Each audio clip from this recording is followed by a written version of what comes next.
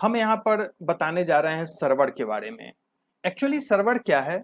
वो एक कंप्यूटर है। जैसे हमारा कंप्यूटर एक डिवाइस है, वैसे ही वो भी एक कंप्यूटिंग डिवाइस ही, एक कंप्यूटर ही है। बस क्या होता है कि वहाँ पे हाई स्पीड इंटरनेट कनेक्शन होता है जो कि 24 आवर ऑन होता है। और कंप्यूटर भी वो 24 आवर के लिए ऑन रहता है, मतलब उसे ऑफ नहीं किया जाता है, क्योंकि जब सर्वर बंद कर दिया जाएगा तो उससे जितने भी कनेक्टेड डिवाइसेस हैं वो चलने बंद हो जाएंगे। चूंकि इंफॉर्मेशन सर्वर से लाना है तो सर्वर हमेशा ऑन होता है। दूसरा ये अंतर होता है कि उसमें हाई मेमोरी होता है, हाई पावर इंटरनेट होता है, और रैम, प्रोसेसिंग स्पीड, ये सारा हाई पावर का, यानी कि हमारे नॉर्मल कंप्यूटर से ज्यादा कैपेसिटी का वो होता है। और उसमें इंटरनेट भी हाई पावर का होता है, यानी कि हाई स्पीड इंटरनेट होता है, ताकि वो हजारों जो कनेक्टेड डिवाइस है उसको वो सर्व कर सके। अगर इंटरनेट स्पीड उसका स्लो होगा तो बहुत ज्यादा लोड नहीं ले पाएगा, यानी कि एक साथ 1000 यूजर अगर उस सर्वर से कनेक्ट हो गया तो फिर वो रिस्पॉन्स ही देना बंद कर देगा या काफी स्लो रिस्पॉन्स आएगा। तो बस ये बेसिक एक अंतर होता है। अब बात ये आती है कि जब भी हम कोई साइट बना रहे हैं या ऐप बना रहे हैं, मोबाइल ऐप हो या वेब ऐप हो, तो हमें किस सर्वर को चुनना चाहिए और एग्जैक्टली उसके पीछे कॉस्ट क्या आता है। अगर सर्वर की बात करें, किसी भी वेबसाइट को एक्सेस करते हैं कि हमें सर्वर चाहिए, तो हाँ, हम देखेंगे कि अलग अलग तरह का सर्वर बताया जाता है। ये है वर्चुअल प्राइवेट सर्वर, ये है क्लाउड सर्वर, ये है डेडिकेटेड सर्वर, ये है शेयर्ड सर्वर। और फिर उसमें बात आती है, कुछ कहते हैं कि हम आपको एक डेडिकेटेड आईपी देंगे, कुछ कहते हैं शेयर्ड आईपी पे होस्ट करेंगे। तो इसके बेसिक कंसेप्ट को पहले जानना होगा, ताकि हम एक रिजनेबल प्राइस में एक अच्छा सर्वर लेके और एक सक्सेसफुल एप्लीकेशन, चाहे वो वेब एप्लीकेशन हो या फिर मोबाइल एप्लीकेशन हो, उसको हम लॉन्च कर सकते हैं। सबसे पहले बात करें कि अगर हमें सिंपल एक स्टैटिक वेबसाइट बनाना हो तो किसी भी तरह का कोई भी सर्वर केवल अप टाइम बेटर होना चाहिए। ये ध्यान में रखना होगा कि अप टाइम हमें ज्यादा मिले, यानी कि वो सर्वर बंद ना हो, डाउन टाइम नहीं हो, ताकि कोई भी हमारे साइट को एक्सेस करे तो ऐसा ना हो कि वो खुले ही नहीं। यानी कि अगर स्टैटिक साइट बनाना हो तो हम किसी भी तरह के सर्वर का, एक साधारण सर्वर का यूज कर सकते हैं, जिसका कॉस्ट 100 रुपया से लेकर 200 रुपया पर मंथ एक स्टैंडर्ड अमाउंट है। इससे ज्यादा एक्सपेंस नहीं होगा। कुछ ऐसे जगह हैं जहां हम फ्री सर्वर भी ले सकते हैं, और कहां पे ये हम ऑलरेडी बताए हुए हैं। हमारे चैनल पे जाके आप उस वीडियो को देख सकते हैं, कैसे हम फ्री सर्वर लेंगे, फ्री डोमेन लेंगे, कैसे कंटेंट होस्ट करेंगे, एक एक स्टेप बताया गया है। अब बात यह आती है कि हम डायनेमिक वेबसाइट बनाना चाहते हैं। यहां भी अवेलेबल है। 100 रुपए पर मंथ से लेकर 200-250 रुपए पर मंथ तक एज पर सर्वर स्टैंडर्ड हमें मिल जाएगा।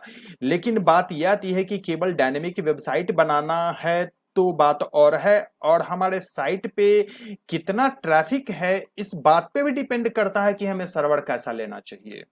पहले सर्वर के क्वालिटी के बारे में जानते हैं। अगर हम सिंपल शेयर्ड सर्वर की बात करें तो शेयर्ड सर्वर का मतलब सिंपली ये है कि एक ही सर्वर पे बहुत सारे लोगों का वेबसाइट होस्ट है।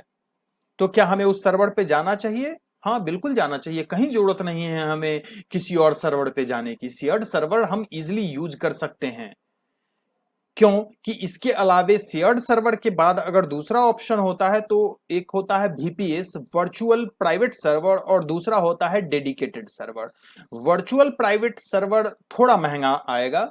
थोड़ा महंगा कहने का मतलब कि अगर ये 200 रुपये पर मंथ है तो हो सकता है वो 1000 रुपया पर मंथ में मिले, या 600 रुपये 700 रुपये पर मंथ मिनिमम। ये प्राइस जो कि हम इंटरनेट पे देख पा रहे हैं कि 600-700 रुपये पर मंथ से शुरू हो जाता है, और डिपेंडिंग अपॉन कैपेसिटी ये आपको हो सकता है महीने का 25,000 50,000 तक का भी कॉस्ट जाए। ये डिपेंड करता है कि हम सर्वर कैसा ले रहे हैं। सर्वर कैसा का मतलब सर्वर का स्पीड क्या है, उसमें नेटवर्क बैंडविड्थ क्या है, और स्टोरेज कितना है, रैम कितना है, प्रोसेसर कौन सा है, इन सारी बातों पर डिपेंड करता है सर्वर का प्राइस। वर्चुअल प्राइवेट सर्वर का मतलब है ये एग्जैक्टली आपके लिए प्राइवेट सर्वर नहीं, वर्चुअली प्राइवेट सर्वर है। एक ही कंप्यूटर पे अलग अलग सर्वर कॉन्फ़िगर किया जा सकता है वर्चुअली। जैसे मोबाइल ऐप में देखते हैं, बहुत सारा ऐसा मोबाइल है एंड्रॉयड में जो कि ये फैसिलिटी देता है कि एक ही ऐप का क्लोन तैयार करके दो ऐप आप चला सकते हैं। वो एग्जैक्टली क्या करता है, सिंपली उसका क्लोन बनाता है और वो एक अलग स्पेस अलॉट कर लेता है, अलग रैम अलग प्रोसेसर। सपोज हमारे मोबाइल में 2 GB का रैम है और एक ऐप को हम एक से क्लोन कर दिए और उस ऐप को चलने के लिए सपोज 100 MB रैम चाहिए, तो 100 MB रैम के साथ वो एक अलग इन्वायरमेंट क्रिएट कर लेता है जहां की वो चलता है। जनरली एंड्रॉयड ऐप एक ही ऐप की 2 कॉपी नहीं रखने देता है।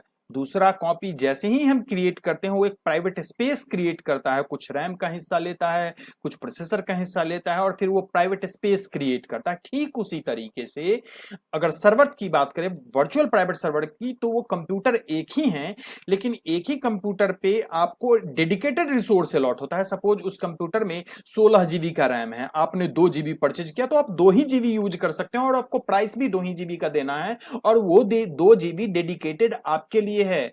तो कहीं जरूरत नहीं है हमें डेडिकेटेड सर्वर में जाने की, क्योंकि हमारा पर्पस केवल 2 GB यानी वर्चुअल प्राइवेट सर्वर में पूरा हो रहा है। वर्चुअल प्राइवेट सर्वर में हम अपने रिसोर्स का 100% यूज कर सकते हैं, जबकि शेयर्ड सर्वर में नहीं कर सकते। यानी कि हम कोई पावरफुल ऐप बनाते हैं जिसपे बहुत ज्यादा यूजर है और बहुत ज्यादा ट्रैफिक है, तो वैसे ऐप को शेयर्ड सर्वर पे अगर डालते हैं तो हो सकता है कि सर्वर कंपनी ही आपके सॉफ्टवेयर को लॉक कर दे, ट्रैफिक को लॉक कर दे, लिमिट कर दे। ये प्रॉब्लम होती है शेयर्ड सर्वर पे। तो जब भी हम हाई ट्रैफिक या इस तरीके का वेबसाइट या ऐप बनाते हैं तो वर्चुअल प्राइवेट सर्वर बेहतर है। एज पर रिक्वायरमेंट हम उसको एक्सटेंड भी कर सकते हैं। कुछ कंपनी एक्सटेंड करने देती है, कुछ कहती है नहीं ड्रॉप करो और नया क्रिएट कर लो। अब तीसरा आता है डेडिकेटेड सर्वर। डेडिकेटेड सर्वर कहने का मतलब कि एक डेडिकेटेड कंप्यूटर पूरा इन्वायरमेंट आपके लिए यूज होगा, जो कि काफी महंगा आएगा, मिनिमम 1 लाख रुपया पर मंथ या उससे ऊपर ही जाता है डेडिकेटेड सर्वर की अगर बात करें तो डेडिकेटेड सर्वर की कहीं जरूरत नहीं है। तो अब बेसिक चीज समझ में आ गया होगा, शेयर्ड सर्वर क्या है, वर्चुअल प्राइवेट सर्वर क्या है और डेडिकेटेड सर्वर क्या है। अब इसमें बात आती है क्लाउड सर्वर की। आज जितना भी कंपनी दे रहा है वो सारे के सारे क्लाउड सर्वर है। क्लाउड सर्वर का कहने का सिर्फ इतना ही मतलब होता है कि एक डिस्ट्रीब्यूटेड इन्वायरमेंट में सर्वर हो। डिस्ट्रीब्यूटेड इन्वायरमेंट में सर्वर होने का मतलब ये होता है कि अगर उसका सेगमेंट अगर डाउन है किसी भी रीजन से, तो वो दूसरे सेगमेंट से फिर रिस्पॉन्स कर देता है। बस ये एडवांटेज मिलता है। तो जितना भी सर्वर है वो सारा का सारा लगभग अब क्लाउड सर्वर अवेलेबल है, जहां की हमें better performance, better up time मिलता है। तो क्लाउड सर्वर में हम या शेयर्ड लें या डेडिकेटेड लें या वर्चुअल प्राइवेट सर्वर लें, ये डिपेंड करता है हमारे कंप्लीट रिक्वायरमेंट पे। ये कहीं भी ये नहीं है कि हम कुछ भी बना रहे हैं और कोई भी सर्वर ले ले तो उसके लिए वो सुटेबल है। हमें ये डिसाइड करना होगा। स्टैटिक वेबसाइट है, बेहतर है हम किसी भी शेयर्ड सर्वर पे चले जाएं, शेयर्ड क्लाउड सर्वर पे। और अगर हम कोई एप्लीकेशन बना रहे हैं जिसपे कि हाई ट्रैफिक होना है, हाई रैम यूज होना है, मेमोरी यूज होना है और हम चाहते हैं वो डेडिकेट मेरे लिए हो, हम जितना परचेज करें उसका हम 100% यूज कर पाए, 100% रिसोर्सेज का, तो वर्चुअल प्राइवेट सर्वर बेहतर है। अगर बहुत बड़ा प्रोजेक्ट हो तब हम डेडिकेटेड सर्वर की ओर जा सकते हैं। अब बात आती है आईपी एड्रेस की। एक्चुअली दुनिया में जितना भी डिवाइस है, चाहे वो कंप्यूटर हो, मोबाइल हो, वो सब अगर इंटरनेट का यूज कर रहा है तो निश्चित रूप से वो आईपी एड्रेस का भी यूज करे। क्योंकि इंटरनेट पे अगर हम google.com लिखते हैं, google.com is nothing, just a name.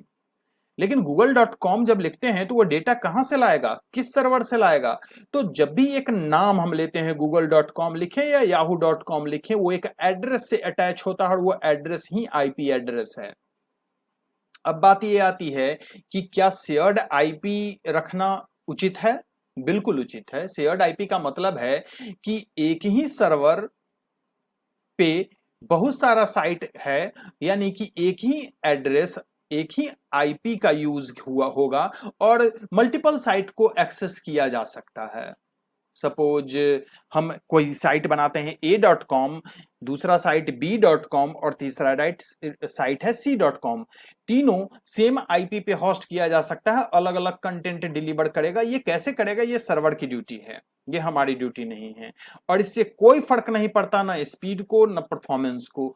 अगर हम कुछ एडिशनल, कुछ एडवांस लेवल का कंसेप्ट यूज करना चाहते हैं, कुछ स्पेसिफिक यूटिलिटी है हमारा, तभी जरूरत है हम स्टैटिक आईपी की ओर जाएं।